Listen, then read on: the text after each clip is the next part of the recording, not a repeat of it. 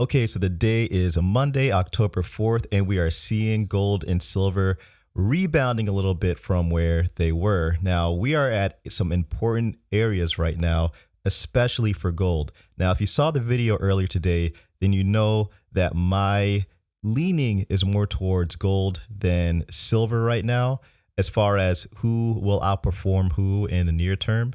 Not to say that these guys are going to be doing like immense things, but taking a look at the gold to silver ratio, looks like things are favoring gold at the moment. Now, if we take a look at gold's technicals and we take a look at the Fibonacci's, remember, gold had a double bottom. And funny enough, it double bottomed from this point here on the Fibonacci's.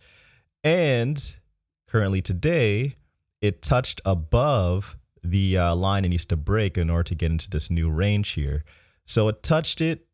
I would assume that as we head into tomorrow, maybe even today, hopefully today will close above it, and maybe tomorrow will be further in that range. But I would assume that it won't take us long to get into this range between 1770 and 1800. Again, my forecast shows that gold should really be in the low 1800s, specifically around 1825 or so. But that's just my model. And funny enough, 1825 is where the highs are. So what is going on here? Why is gold rebounding? Why is silver rebounding? Well, simply enough, we've been seeing U.S. Delta cases really start to come down in the last few days. Sorry about that, guys.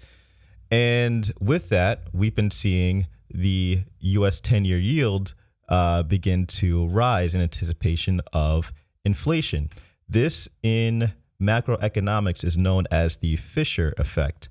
So essentially, it stems from the idea that nominal rates are primarily real rates with the expectation of inflation. Nominal rates are primarily moved by inflation expectations. That is the idea of the Fisher effect. So as we see rates move up, that means we are expecting inflation. Now, again, you can see this play out in the stock market today as we see the NASDAQ drop 2%, Dow sheds 400 points as investors ditch technology stocks. Well, what exactly is going on here? Well, if we dig deeper into this article, this paragraph pretty much sums it up all very, very well. The financial markets are adjusting leadership to reflect another Delta-induced reopening cycle. That is, commodities are rising. Haha, funny enough. Bond yields are rising. Cyclical sectors and small cap stocks are outpacing, and technology and growth stocks are, in general, are underperforming. Now, these high growth tech stocks really get pounded by inflation expectations, and obviously commodities, bond yields, cyclical sectors, and small cap stocks really do well, especially in the expansionary phase of the business cycle, which is what we are in right now.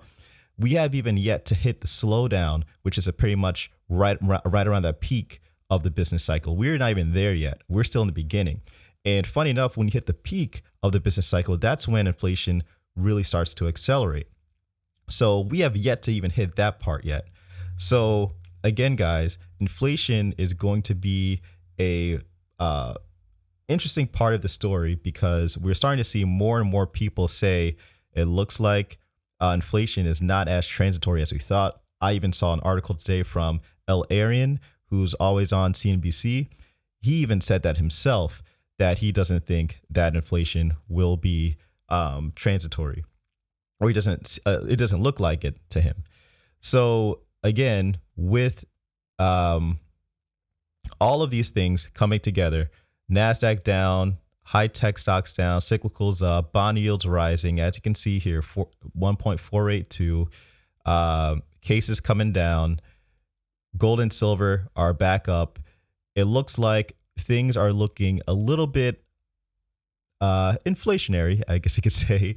And I do think that this will be a benefit for gold in the short, I shouldn't say in the short run. This will be a benefit for gold relative to silver in the near term, and then eventually silver will catch up, in my view. So guys, let me know what you think about this in the comment section below. Looks like we're off to a decent start this week.